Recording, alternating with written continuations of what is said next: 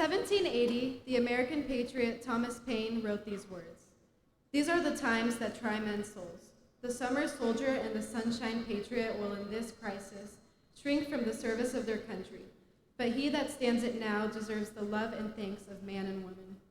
Today we are gathered to do just that, to offer our love and thanks to the unbroken line of men and women who answered the call of service to their country. On behalf of the students and staff at Logansport High School, I would like to welcome you all to a day of celebration and remembrance as we commemorate the 101st anniversary of Armistice Day.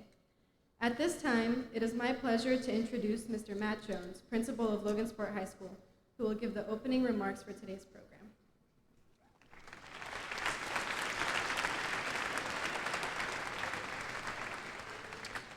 In 1921, an American soldier, his name unknown but to God, was buried on a Virginia hillside overlooking the Potomac River in the city of Washington, D.C. The burial site of this unknown World War I soldier in Arlington National Cemetery symbolized dignity and reverence for America's veterans. Similar ceremonies occurred in England and France, where an unknown soldier was buried in each nation's highest place of honor. These memorial gestures all took place on November 11th, giving universal recognition to the celebrated ending of World War I hostilities at 11 a.m., November 11th, 1918, the 11th hour of the 11th day of the 11th month. The day became known as Armistice Day. Armistice Day officially received its name in 1926 through congressional resolution. It became a national holiday 12 years later by similar congressional action. If the idealistic hope had been realized that World War I was the war to end all wars, November 11th might still be called Armistice Day. However, shortly after the holiday was proclaimed, World War II broke out in Europe and shattered that dream. Of the 16 million Americans who served in the armed forces during World War II, more than 400,000 died. In 1954, President Dwight David Eisenhower signed a bill proclaiming November 11th as Veterans Day and called upon Americans everywhere to rededicate themselves to the cause of peace.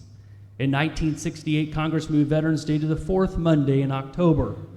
However, it became apparent that the November 11th date was a matter of history and great patriotic significance to a great many Americans. As a result, Congress in 1978 formally returned the honoring of Veterans Day to its traditional date. Now, the senior class president, Ms. Galilea Romo, will lead us in the Pledge of Allegiance.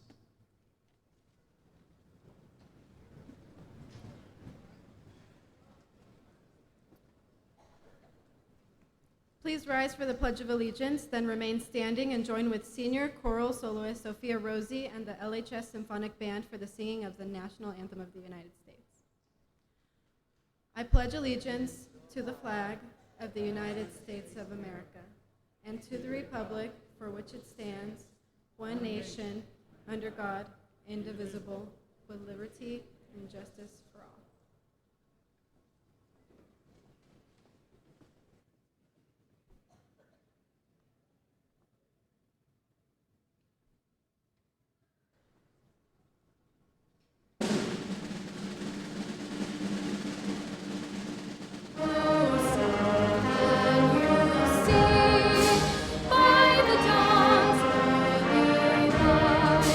What so proudly we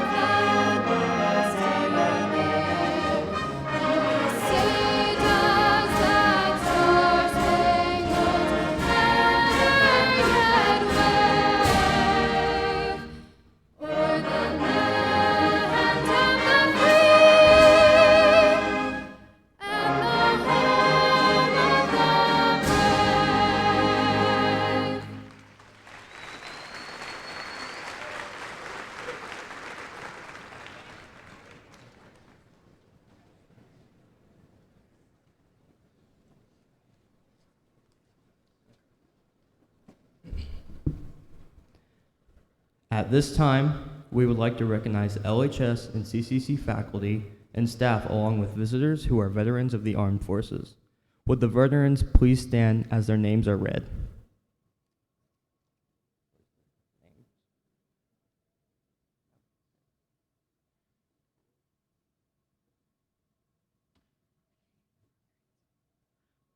Specialist Peggy Graves. She was in the branch of the Indiana National Guard, and she served from 1988 to 1996 as a medical specialist.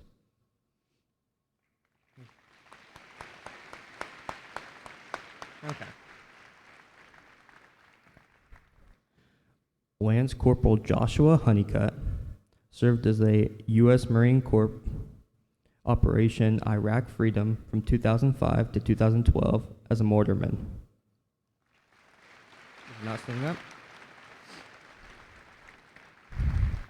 Master Sergeant Cass McManus in the U.S. Air Force Reserves, America's War on Terrorism for 20 years as an information manager.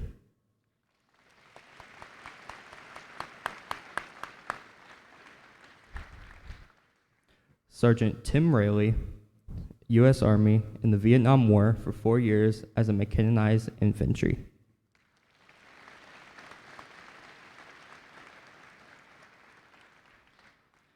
Specialist Don Strasser, U.S. Army in the Vietnam War from 1967 to 1968 as a clerk.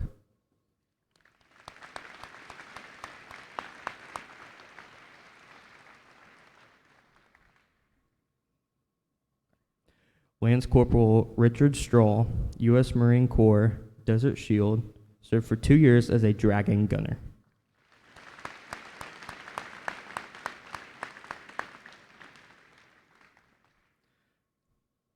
Sergeant Ken Uchida in the U.S. Air Force served for 6 years as a weapon system mechanic of the F-106.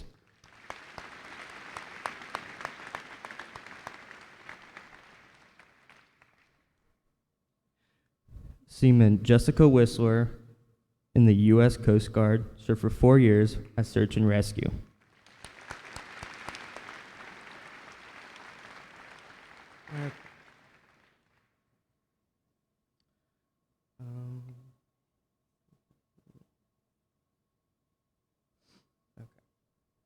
FTM/1 Joseph Buck in the U.S. Navy during the Vietnam War during 1964 to 1974 as missile fire control.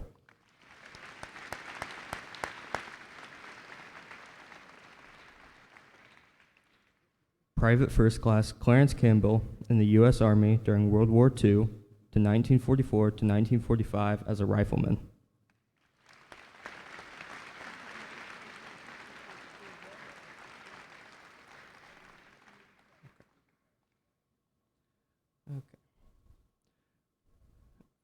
Corporal Stephen Davis in the U.S. Army served for 3 years as a military police.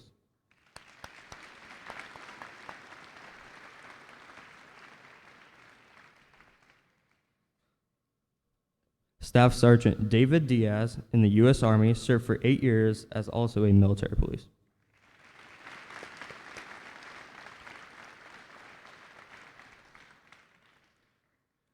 Technical Sergeant Lucille Diaz in the U.S. Air Force and U.S. Army for 13 years as military police and paralegal.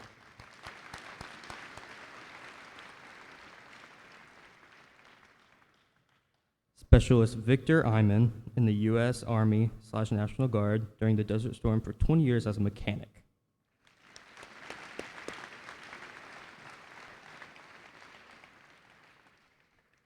Sergeant Hollis Helms in the U.S. Army during World War II for 2 years as a military policeman.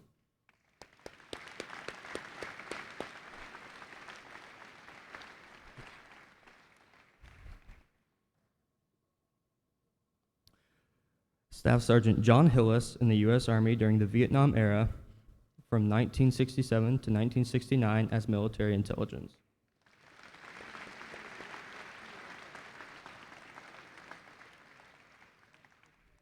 Specialist Ken Isles in the U.S. Army during the Vietnam era for 6 years as a Physical Activities Special Services.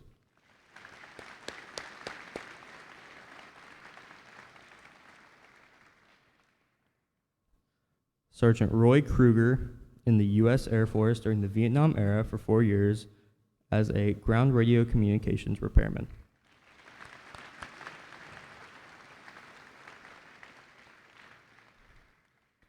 Specialist Dick Lewis in the U.S. Army during the Vietnam era for 6 years as supply.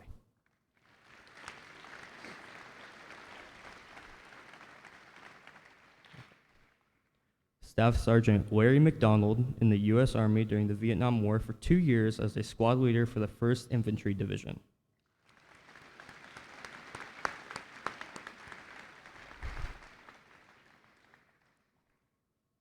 Corporal Carrot Riggle in the U.S. Army during the Operation Desert Storm from 1987 to 1995 as a medical specialist.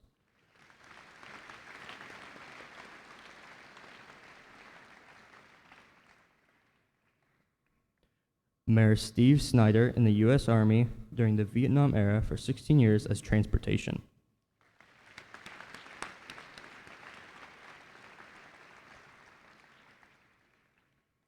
Specialist 4th Class Lori Snyder Oberlander in the U.S. Army stationed in Germany from 1979 to 1989 as transportation and medical.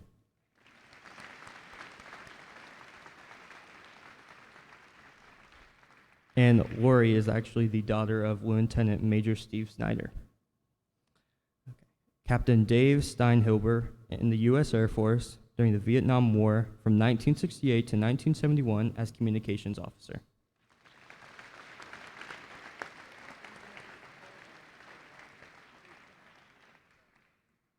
Private First Class Bruce Stewart in the U.S. Army during the Korean War for 2 years as a telephone repairman.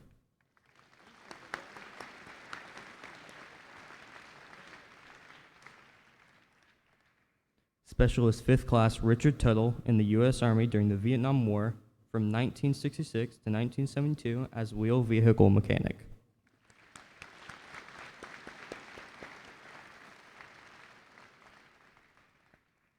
Corporal Elmer Woods in the U.S. Marine Corps during World War II and Korea served for 6 years as a combat wire communications and line type operator.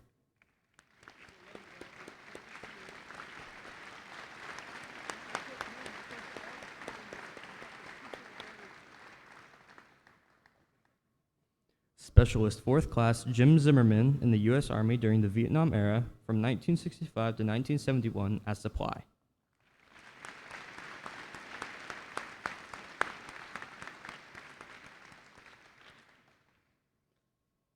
Don Taylor served in the U.S. Army.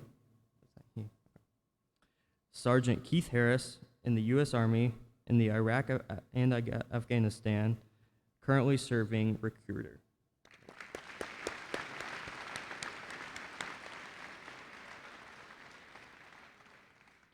Specialist Michael Fincher in the U.S. Army, 2 years active, infantryman.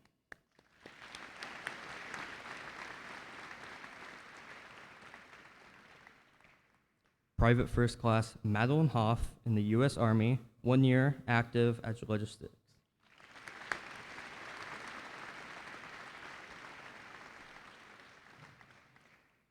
Private First Class Jose Santana in the U.S. Army, 2 years active as an infantryman.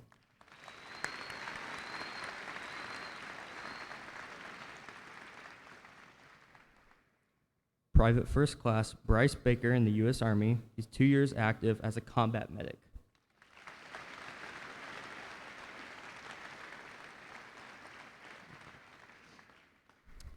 We would like to have all current LHS students who are going into the service stand and be recognized at this time.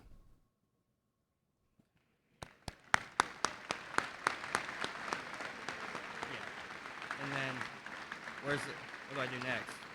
Do you say this?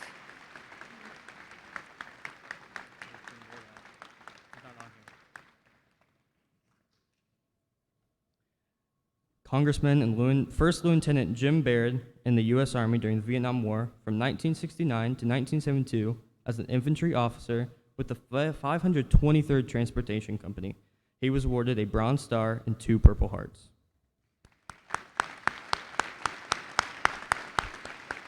Okay, guys.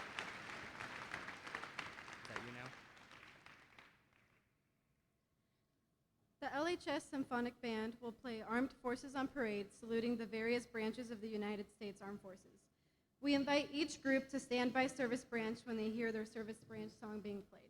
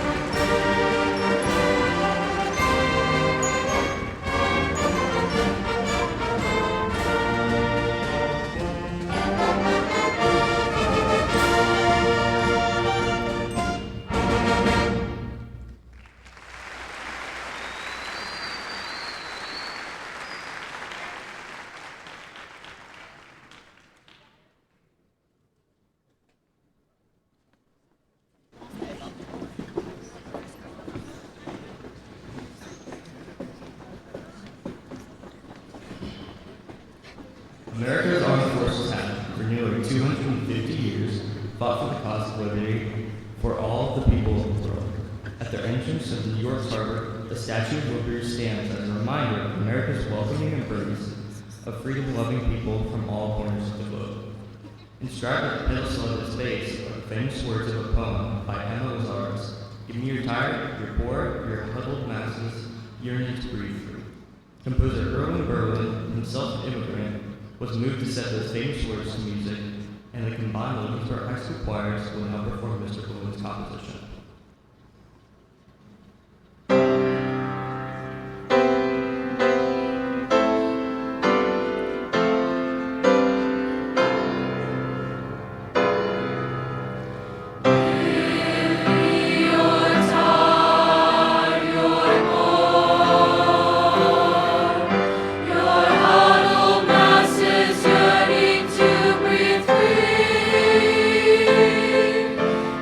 Wretched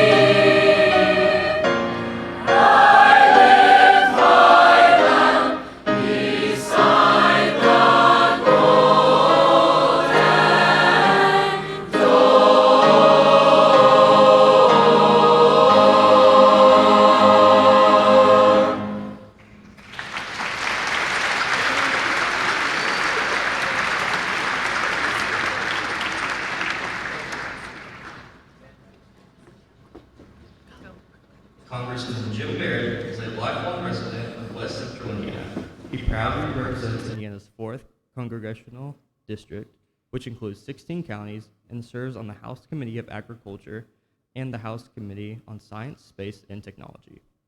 Before being elected to Congress, he served 8 years as a state representative in the Indiana General Assembly. During this time, he was a member of the Ways and Means Committee and played an integral role in balancing Indiana's budget. He is a strong believer in fiscal responsibility and applied the idea of living within our means, helping to keep Indiana a safe place where Hoosiers can thrive and businesses can grow.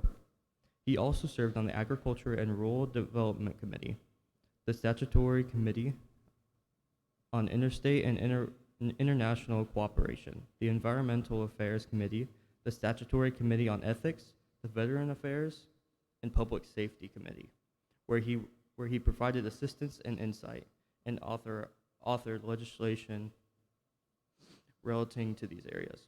Additionally, Congressman Baird served in the local government as a county commissioner, where he focused on improving his community's infrastructure and keeping local services efficient and cost-effective. Congressman Baird, a former First Lieutenant of the United States Army, is a decorated Vietnam War veteran, as his distinguished service to our country was recognized with a Bronze Star with V device and 2 Purple Hearts. He and his unit were inducted in the United States Transportation Corps of Hall of Fame.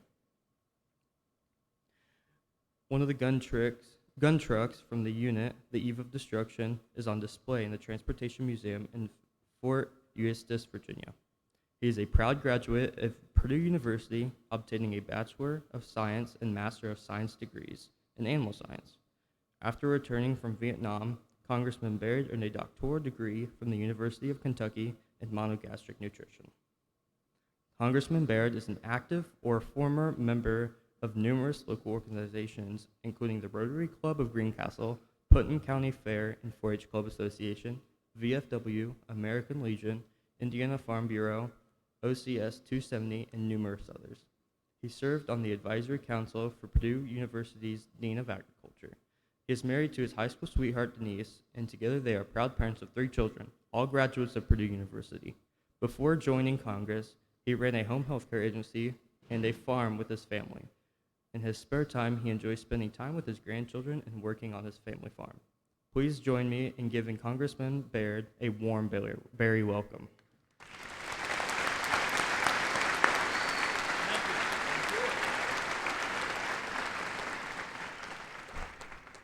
Well, the good news is you're young, and it only took me 50-some years to accomplish that, so that's not very much for that period of time. But it was about 50-some years ago that I sat where you're sitting now. And so where is it Mick? Were you the one that kind of involved in getting me in this?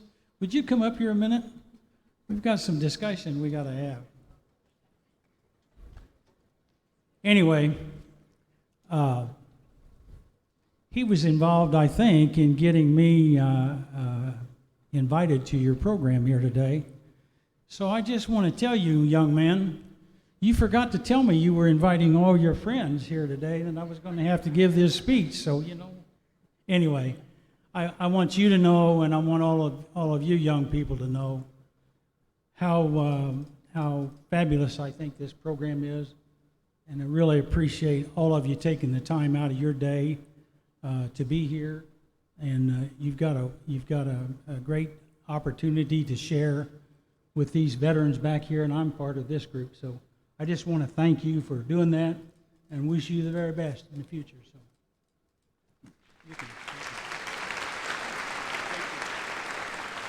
or you're welcome. You're welcome to take over. You might do a better job than I can do. Anyway, so thank you. It is an honor for me to be here. I'm always happy to have the opportunity to talk about veterans, to share my thoughts about veterans, and it's especially heartwarming for me to be in the presence of the individuals you see sitting here and the contributions they make to our well-being.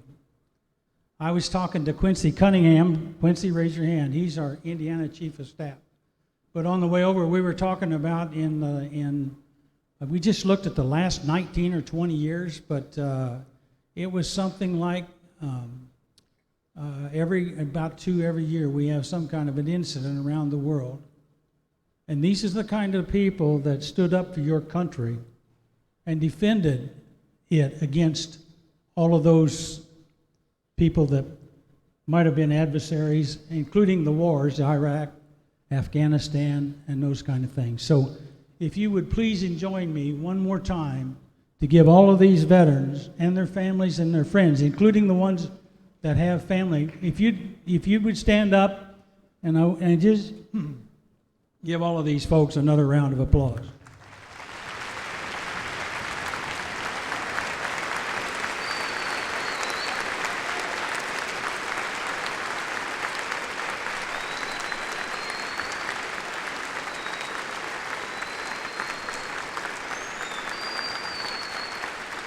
Thank you. Thank you. And I mean that from the bottom of my heart. I checked with a lot of my Vietnam friends this morning. Wish them a happy Veterans Day. But I couldn't help but think, wasn't there someone in the medical corps in here that was in the group? Or anyway, I got to tell you a quick story because you probably don't want to listen to all the statistics that I could probably present you.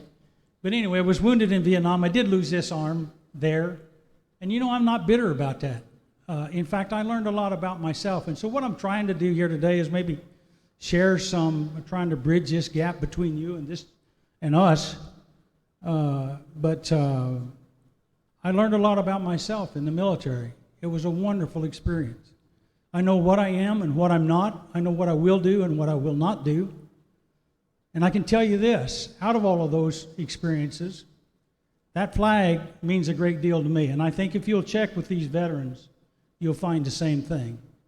And I can just tell you that if you're on the wrong side of my flag, you're on the wrong side of me. And I appreciate this country very much. In fact, I love this country. And it doesn't bother me to share that with you, to tell you that I do love this country. So I know my attention span isn't very long, so sometimes I'm going to jump back and forth here. But I was wounded in Vietnam, and they sent me home on a plane, and they came through. Someone was here stationed in Alaska, right? They sent us through Alaska, and then they stopped for refueling at Rantoul, Illinois, which is not very far across here. I didn't know it at the time, and I didn't know where Rantoul was, but I was from Indiana, and Illinois I knew. I learned enough in my geography class to know that Illinois was right next door. So somehow I managed to get out of a second stretcher, get down on the ground, get out the door of that airplane, and I can see it as vivid today as it was then. There was a little chain link fence, and I got through the tarmac and was to that little gate at the chain link fence. And this corpsman said, "Sir, you can't get off. You can't go here. This is not your stop." And I said, "It's okay. I appreciate the ride. I'm close enough to home. I'll find the rest of the way, He said, "No, we can't do that." He says, "Your clothes are dirty," and all of that. And he gave me all kinds of reasons why I should get back on the plane. Finally, he convinced me that's what I needed to do. So here's the end of that story. The last thing I remember of his face was he was coming at me with what looked like a needle about that long. And when I woke up, I was in Fort Dix or someplace in New Jersey, so I never did get off the plane there. But that corpsman, he did a great job. And so many of you are going to end up in some of you are probably going to end up in those same kind of situations. And I just want you to know that those kinds of things you do with your life and those kinds of things that had meaning to your life is extremely important to your growth and development. And you're going to come to a lot of Y's in the road, and you have to make decisions. And I encourage you to make the appropriate decisions. And I tell you, people that can really give you a solid foundation about what it means to be an American and what it means to be free. You talk to any one of these individuals here or those in your family that are in the military service or have been in the service, and you'll find out what it means to be an American and what it is to be free in this country. Do you realize that there is nothing except maybe a teacher and a principal or two that would keep us? He's waiting to see what I'm going to say. It's okay. But for living in a free country, there's nothing to keep us or no one to stop us from getting up right now and going anywhere in the world that we want to go. And that's because you're free. That's because we're free. We're free to speak our mind and free to express ourselves. But most importantly, we're free to defend our way of life. And so I commend all of you for having this program today. And I'm especially thankful that we have the kind of participation that I see here. When the songs were being played, I saw your attention span was well focused, and I admire that because it's going to take your commitment. I've done about all I can do to mess up this country, so it's going to be up to you folks to try to straighten it out. I didn't mean that. You could have laughed. I mean, that was okay. Anyway.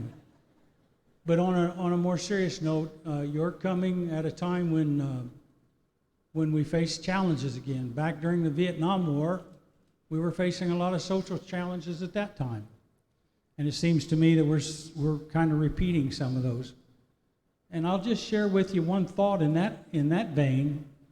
In Vietnam and some of the others that could probably share this same thing, there was more than one occasion when I was running the road with a convoy. I was trained in the infantry at Fort Benning, Georgia, but I understood weapons and fields of fire, and so ended up running convoys and down in the middle of the country start with, and then up within 10 miles of ZMZ.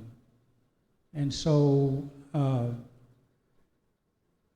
the challenges that you face, the challenges that we faced in that war because of what was going on back here, there were more than one occasion when I was running the road with my convoy with small arms fire bouncing off the side of our trucks. And my orders were to call back to headquarters to be sure of that it was okay to fire back. My point of all of that being is if you're going to go to war, the time to decide if you're going to go to war is before you ever fire that first shot. Once that round has been sent, then it's sort of like kicking the big dog up on the front porch. Make sure you intend to finish the job. So if you fire the first shot, you have the best trained military in the world. And these folks can vouch for that kind of training and background. So you've got the kind of people, you've got the kind of equipment, you've got the training to be able to defend our way of life. So I don't want you, when you get into these positions I'm talking about you getting into, you make sure you use your mind and the teaching that you're getting here. You have educators that are very interested in you, very interested in your growth and development. And I'm especially interested because my Social Security might be coming in. I want you to get out and get to work and start paying your Social Security so I can have some. But anyway, I'm serious about learning what you can. That doesn't mean you can't have fun in life. I want you to do that as well. But I also want you to recognize that you're once you graduate here from high school, that you're taking one of those major steps in your life. So I want you to think about it. I want you to use the training and the education that you receive here, which is a good one, because it's in a free country, and use that to make good decisions on down the road, not only for you, but for your family and for your country and for all of us. And so there are many, many things I'd like to say. I probably, excuse me. I probably am sharing with you from my heart because I said early on that I love this country. And if you have any questions, you feel free to contact me or Quincy or one of these veterans. And we'll share with you and be more than happy to share our perspective about the wonderful country we live in. So I would just say, God bless all of you for being here today and for your attendance. God bless all of our veterans, and God bless America. Thank you.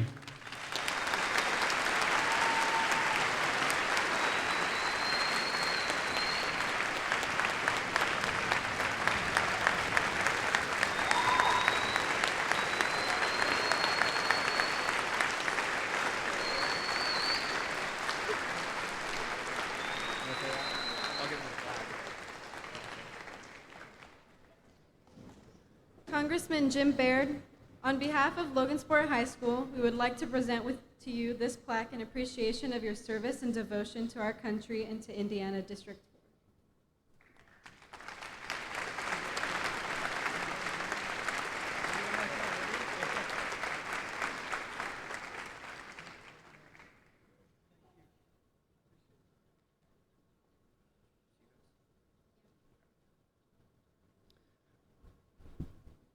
Under the direction of Mr. Cahallen, the combined choirs of Logan Spot High School will sing Homeland, arranged by Z. Randall Stroop.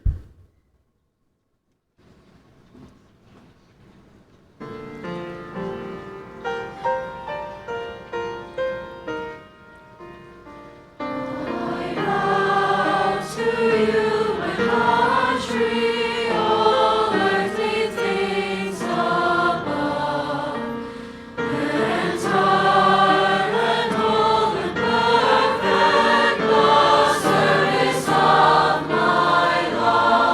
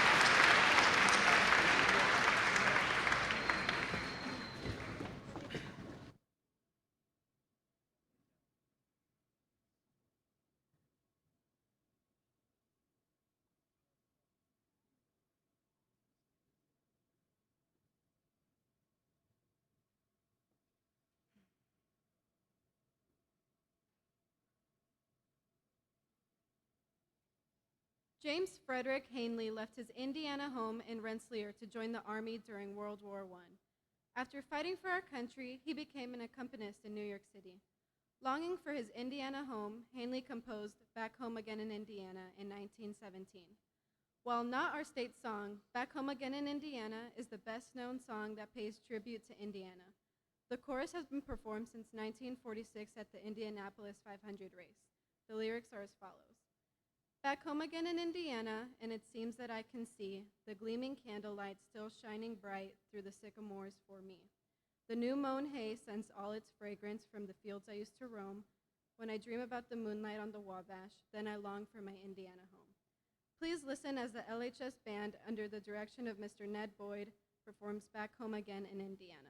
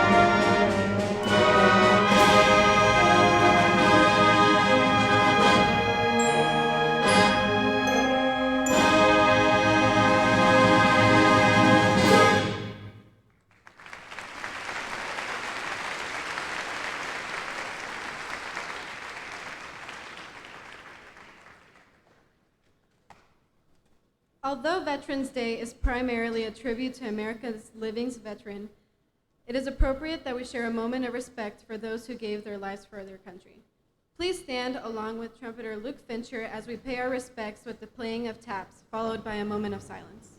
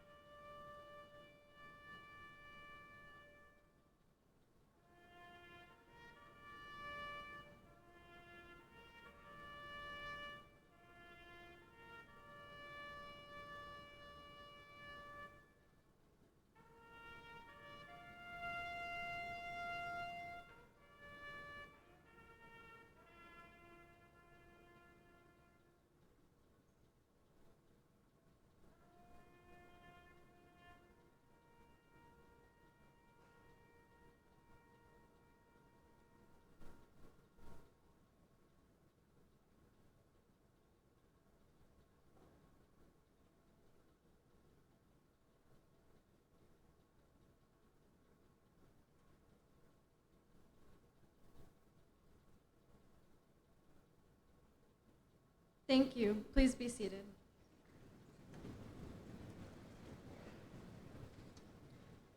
I would now like to introduce Mr. Jones, who will now give the closing remarks. We have been privileged today to be in the presence of heroes. Mere words of gratitude will never measure up to their devotion to this land. I would like to thank Mrs. Schilling, Mr. and Mrs. Cahallen, and the LHS band and choir for your performances today. Mrs. Reif, Mrs. Grostefan, thank you for organizing our program. To the students and staff of LHS, thank you for being a wonderful audience on such a special day. Finally, thank you, our retired and active members of the military in attendance today, along with our fellow Logansport Berries, and Congressman Baird for your words of inspiration and service to our great nation. One last time, let's give a Logansport High School thank you and ovation to our servicemen and women for their integrity, patriotism, public service, and devotion to freedom.